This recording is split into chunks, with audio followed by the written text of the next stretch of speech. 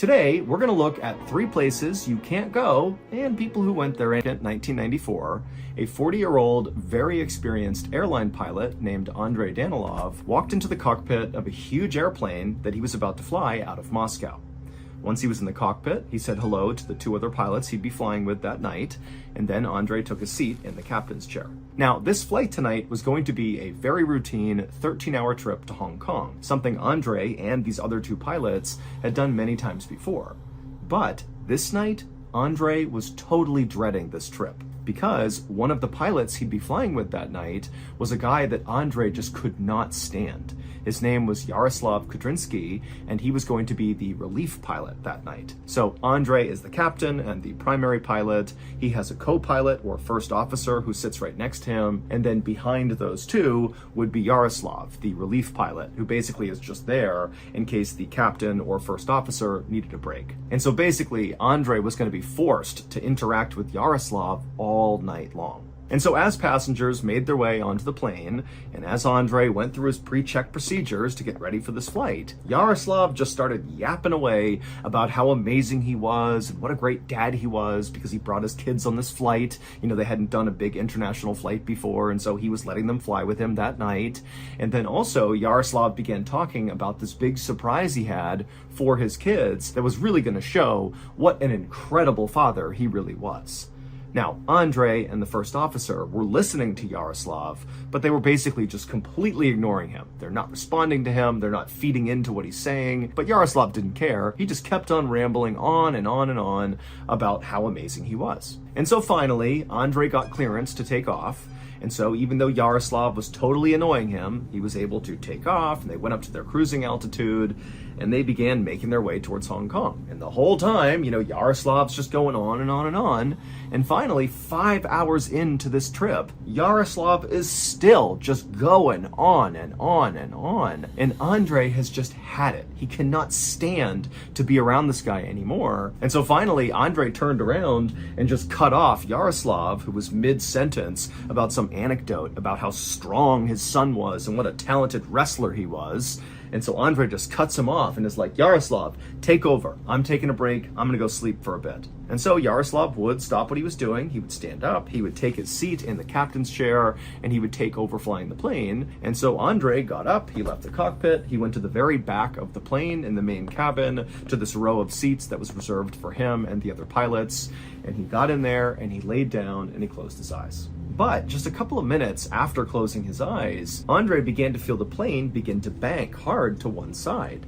Now, Andrei couldn't really remember if this was the time they were supposed to be turning or not, but it just felt like this turn was more aggressive than anything he anticipated at any point in this journey. But Andrei knew this plane was brand new, and so if there were any kind of minor mistakes that Yaroslav was making flying the plane, well, the autopilot feature, which was state-of-the-art in this plane, would easily correct those small errors and keep the plane going towards its destination. And so, even though, again, they're still in this pretty sharp turn here, Andrei just closed his eyes again and tried to go to sleep. But a couple of minutes later, they were still banking, and in fact, the bank was starting to get even more aggressive, to the point where Andrei opened his eyes and he's thinking to himself, what is Yaroslav doing up there? Like, we're basically going in a circle at this point. We're spiraling midair. And so right as Andrei was about to get up and go see what the heck was going on, the plane began to shake really violently, and suddenly Andrei realized, oh my goodness, the plane could be stalling right now. There could be a real issue in the cockpit, and this is not some minor error. And so as passengers on the plane are starting to sense that something could be wrong here, I mean, the plane is like hard to the side and shaking, so people are starting to scream and cry, people are nervous. And so Andrei, he begins to stand up to go to the cockpit when suddenly the plane goes from just shaking and banking to basically rolling completely on its side. So all the windows are now on the ground and everybody's on their side. Andrei knew he could not go to the cockpit. There was no way to do that. And so all he could do was just hold on to his seat and pray they got out of this. And then just as quickly as all this started, it stopped. The plane kind of went back to level, it stopped shaking, and then Andrei heard the sound of the twin engines out on the wings roar as if the plane was kind of getting back up to speed, and for a second, it seemed like everything was okay. And so Andre, sensing that this was his chance to get back to the cockpit and frankly just reassume command, because whatever was going on in there, it was not okay. And so Andre, he got up and began running down the aisle to get to the cockpit. But right as he was about to grab the door, the plane suddenly tilted upward and they began rocketing up into the sky, so strong that Andre was pinned to the carpet. And so for a couple of seconds, Andre couldn't do anything, but then he began to hear the sound of the actual frame of the plane beginning to crack from all the pressure of accelerating so quickly up into the sky. And so with all of his strength, Andre reached up, he's on his hands and knees, and he grabs the door handle to the cockpit and he opens it up, and the second he looks into the cockpit, he would have known exactly what was wrong. It would turn out Yaroslav's big surprise for his kids, that he promised Andre and the first officer would demonstrate what an amazing father he was that he was going to let his kids fly the plane, just for a second. But these are untrained children that have no idea how to fly a plane. And so when Andre got up and went to go take a nap and Yaroslav took over, well, Yaroslav called up his kids who were in the main cabin, a teenage son and daughter, and they went into the cockpit and they sat down in the captain's chair and they began to fly the plane. And the daughter took the seat first in the captain's chair, and she was very careful not to touch any of the controls, even though Yaroslav was kind of encouraging her, to take the wheel and really see what it feels like. But she was nervous, and so she really didn't touch anything.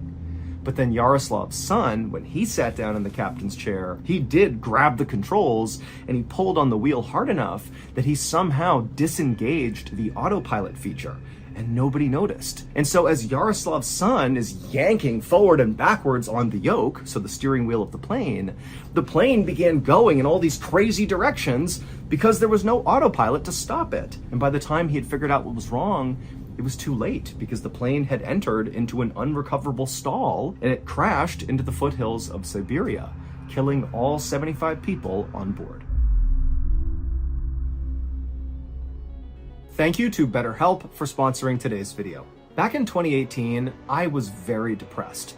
I had just left the military and I was really struggling to re-assimilate back into civilian society, and it was making me depressed. And even though I was encouraged from a young age to open up and talk about my feelings when I was feeling down, as an adult, I just couldn't do it. I felt very insecure about it and was worried if I began talking about my problems that I would be viewed as kind of a weak person, or even worse, a complainer, something I was very worried about. But eventually I would go seek out a therapist because I became so miserable and it just had to happen.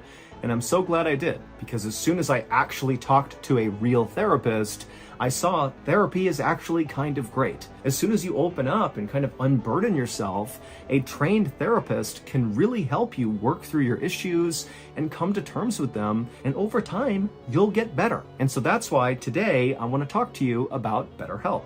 BetterHelp is a highly reviewed online therapy platform, which means you can get the help you need right from the comfort of your own home. And then after filling out a brief survey online, BetterHelp will usually be able to match you with one of their licensed therapists within 24 hours. And then it's up to you how you communicate with your therapist. You can chat with your therapist on your phone, your computer, phone call, video call, messaging. It's totally up to you. So if you're struggling right now and you think therapy could help you too, think about giving BetterHelp a try.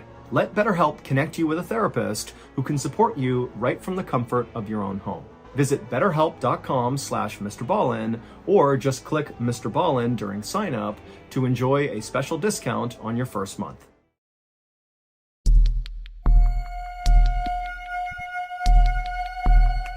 On the morning of September 19th, 2013, a man named Mark Casey sat with his girlfriend, Lynn Spalding, in the triage area of the emergency room at San Francisco General Hospital. A nurse took Lynn's temperature and her blood pressure, while Mark tried to explain what had been going on with Lynn over the past few weeks. Lynn, who was now 57, had been dealing with this really intense stomach pain. And so she had gone to the doctor and she had been diagnosed with a urinary tract infection, and she was given antibiotics for it.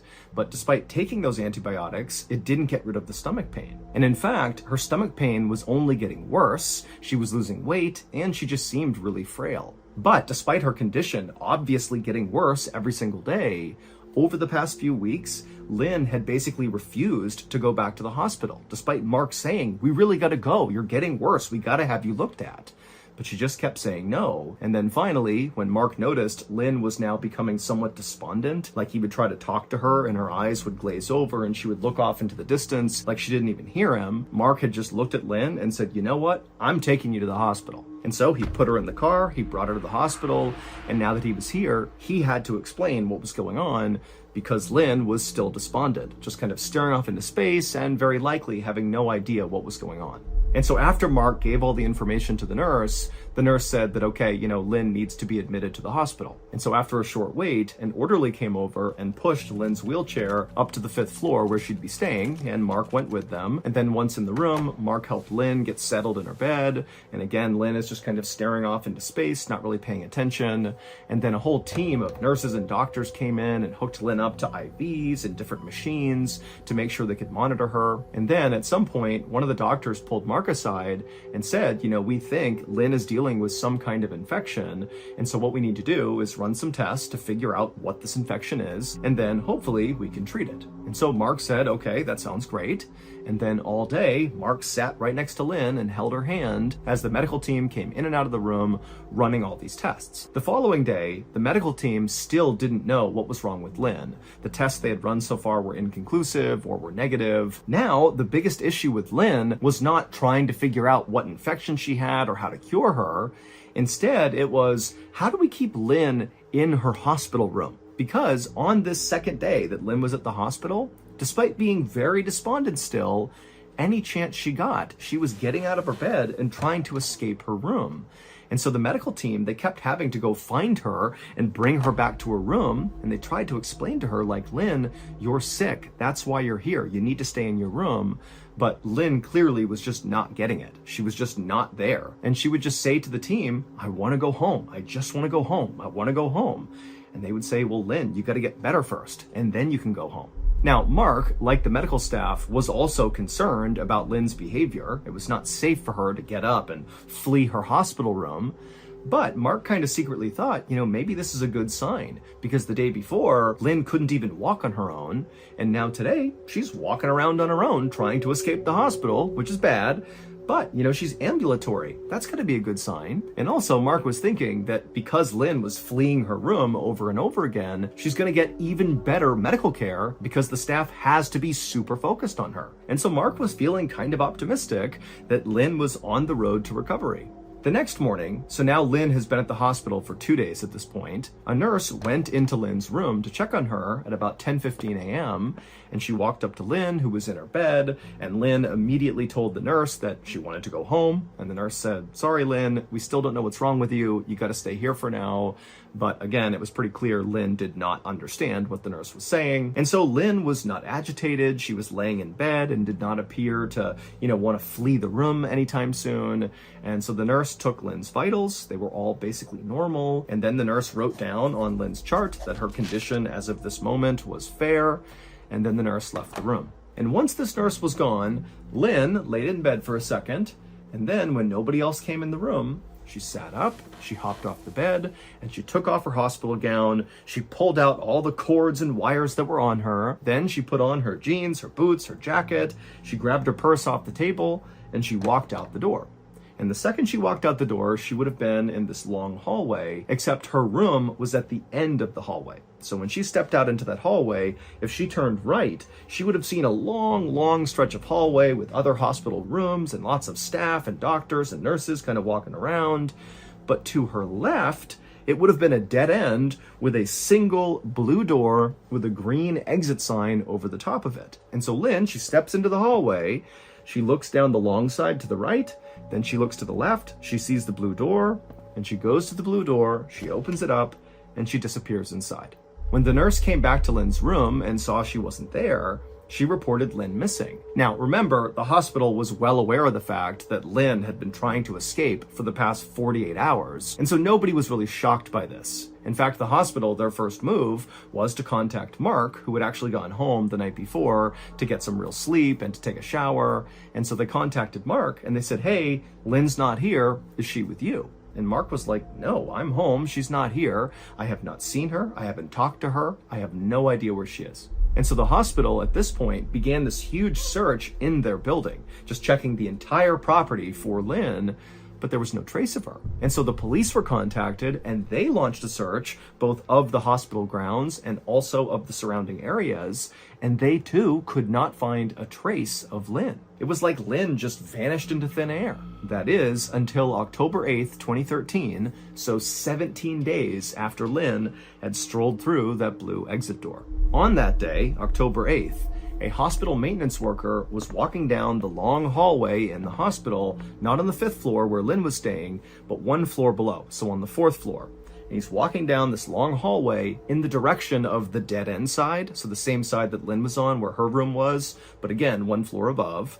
And the maintenance worker, he walks all the way to the end of this hallway on the 4th floor, and he arrives in front of the blue door with the green exit sign above it. Again, this is below where Lynn was, but it looks the same. And the maintenance worker, he opened up the door, and when he looked out of the 4th floor door, he just froze because what he was looking at just seemed impossible. And then he had this urge to scream, but he knew there were all these patients and kids and doctors and stuff in the hallway behind him, and he didn't want to scare anyone. And so very quietly, he reached down and grabbed his radio, and he called for help. In order to explain what happened next, you need to look at this picture.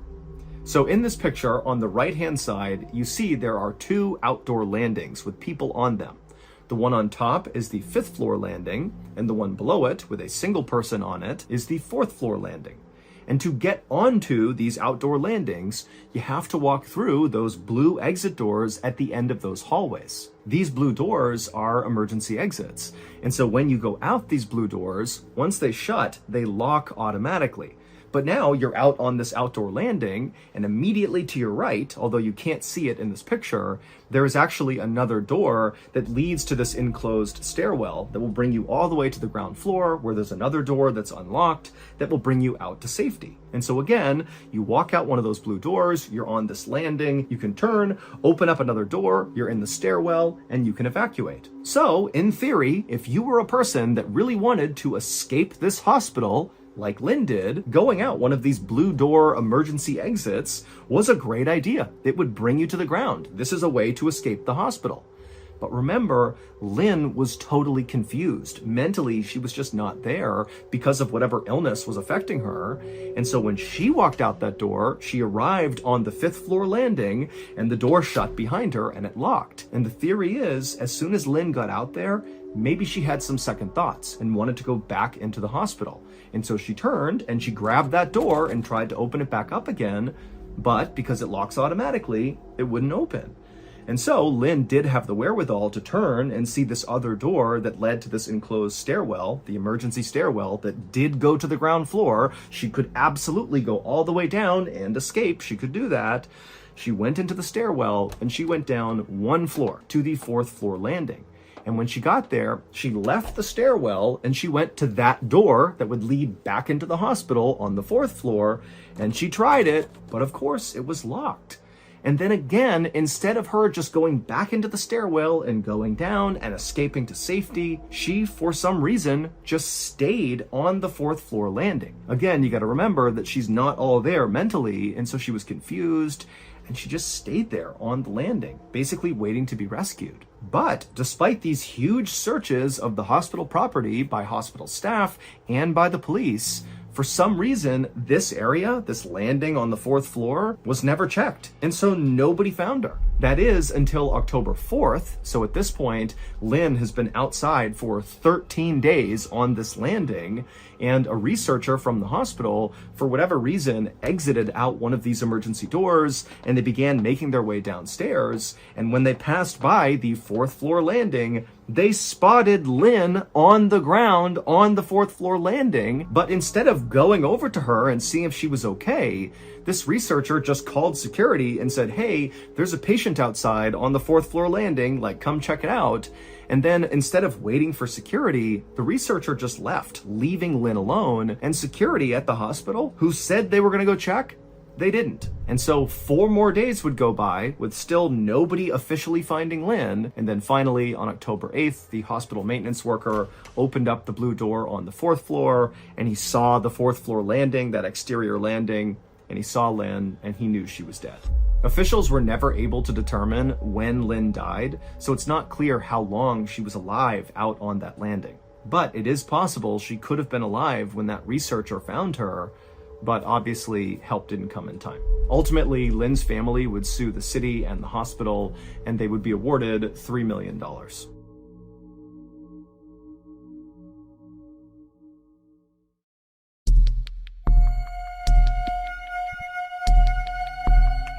On May 28, 1986, a Florida real estate agent named Marguerite Welty walked up to the front door of this little white stucco home sitting right on the edge of Lake Placid in Florida. Marguerite pulled out a key from her pocket, she unlocked the door, opened it up, and then she turned around, and standing right in front of her were her clients, this young couple named Lois and Richard Goodman, who were thinking about buying a vacation home. And so this was one of the homes they were checking out. And so Marguerite smiled at her clients and gestured for them to come inside. The house sat at the end of a quiet, shady street lined with huge trees and other small vacation homes, and a lot of these vacation homes were perfectly manicured and beautiful, but the house they were touring today was not. It was unmaintained and overgrown, the paint was chipped and fading.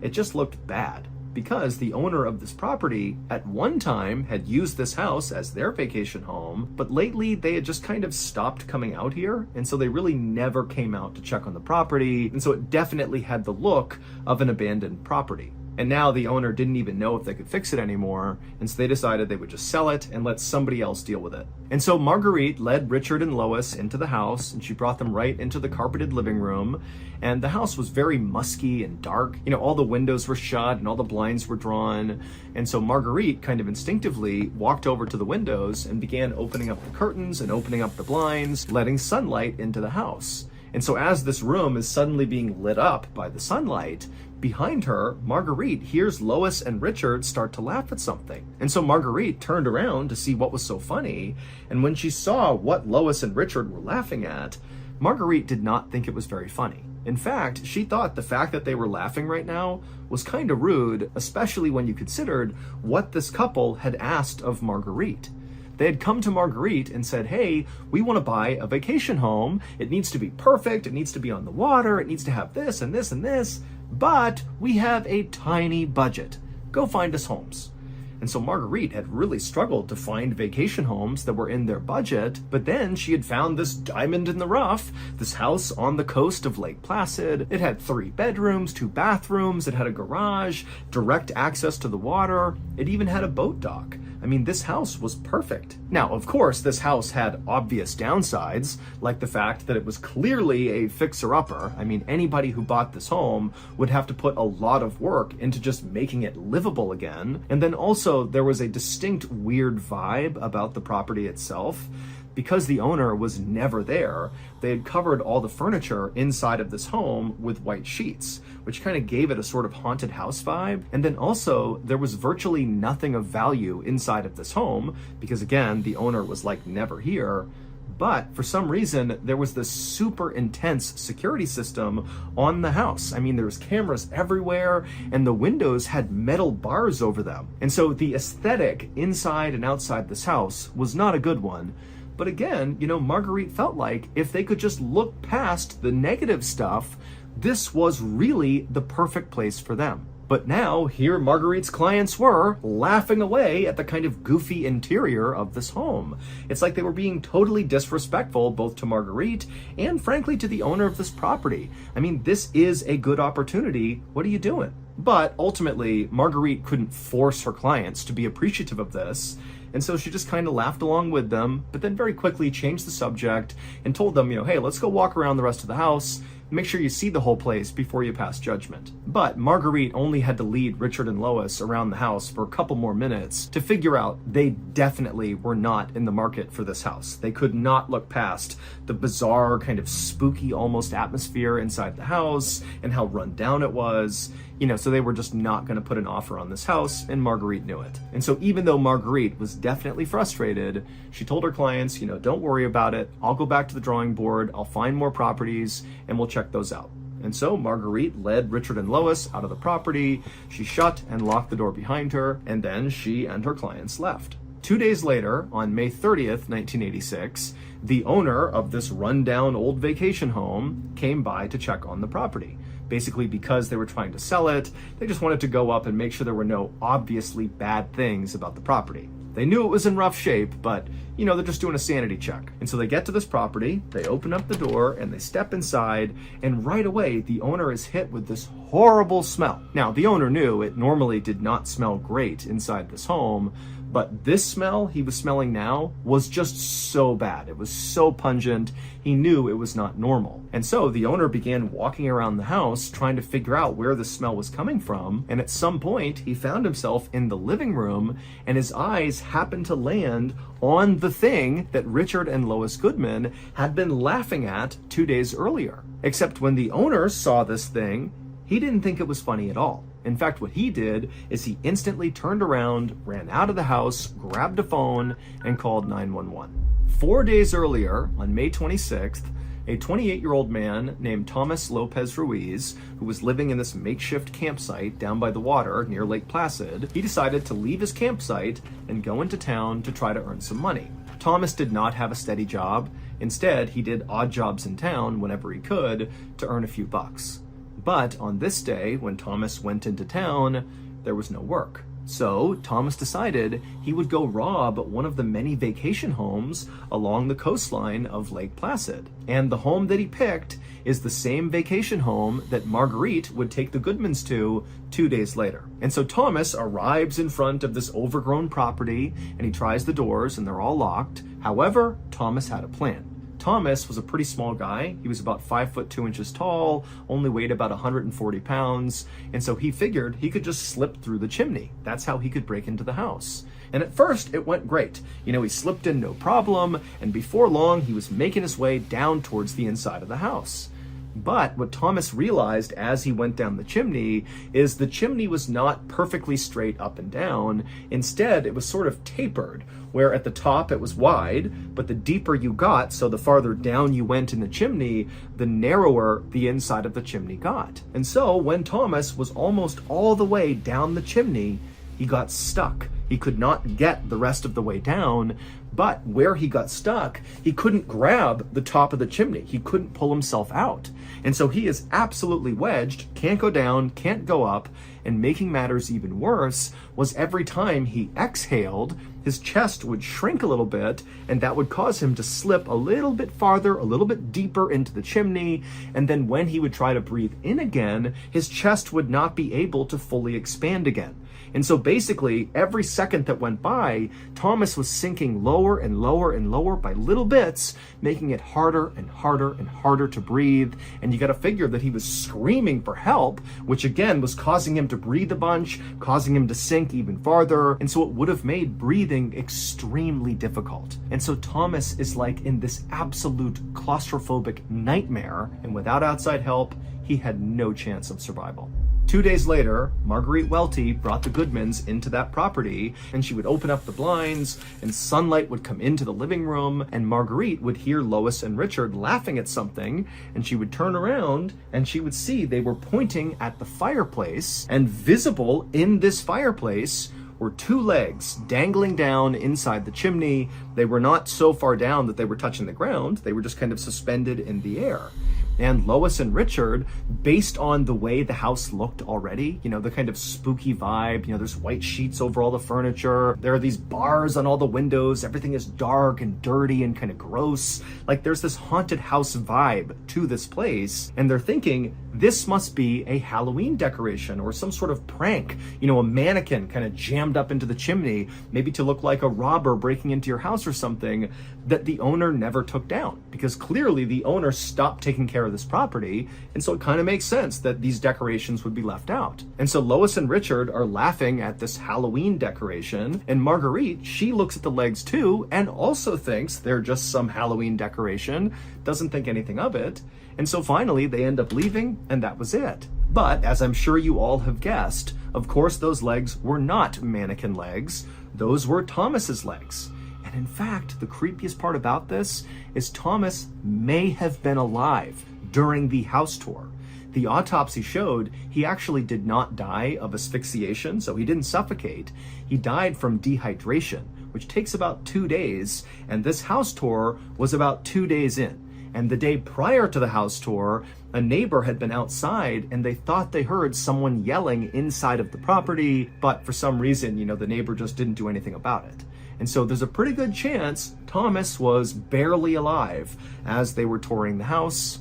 But, by the time the owner came back 2 days later and smelled that horrible smell, Thomas had passed away, and that smell was the smell of his body decomposing.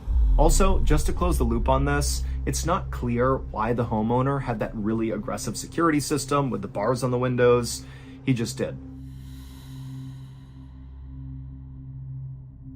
On the morning of May 26, 1990, Marlene Warren was at home inside of her beautiful mansion in Florida when she heard a knock on the front door. Marlene was busy and was hoping that her adult son might go answer the door, but when she looked over to the living room where her son was, she saw he was laying down watching TV and didn't even seem to have heard the knock on the door. So Marlene sighed and just walked over to the front door herself and opened it up. And to her surprise, standing on the other side of the door was a person dressed up in a clown costume, holding flowers and balloons. Now, Marlene loved clowns, and she had recently celebrated her 40th birthday, so she figured this must be someone's birthday gift to her, and she was thrilled. But after the clown handed Marlene the flowers and balloons, there was this loud popping sound inside of Marlene's house, and then Marlene fell to the floor, blood pouring down her face. So that's going to do it. I hope you enjoyed today's stories. If you did, be sure you check out our podcast called the Mr. Ballin Podcast that has hundreds more stories you can listen to right now, and many of those stories are only available on that podcast. They are not on this YouTube channel. So again, that podcast is called the Mr. Ballin Podcast, and it's available on every podcast platform. Okay, until next time, thank you so much. See ya. Wait, don't go anywhere. If you liked today's video about places you can't go, well, you're in luck because we have a whole series of them. Click here.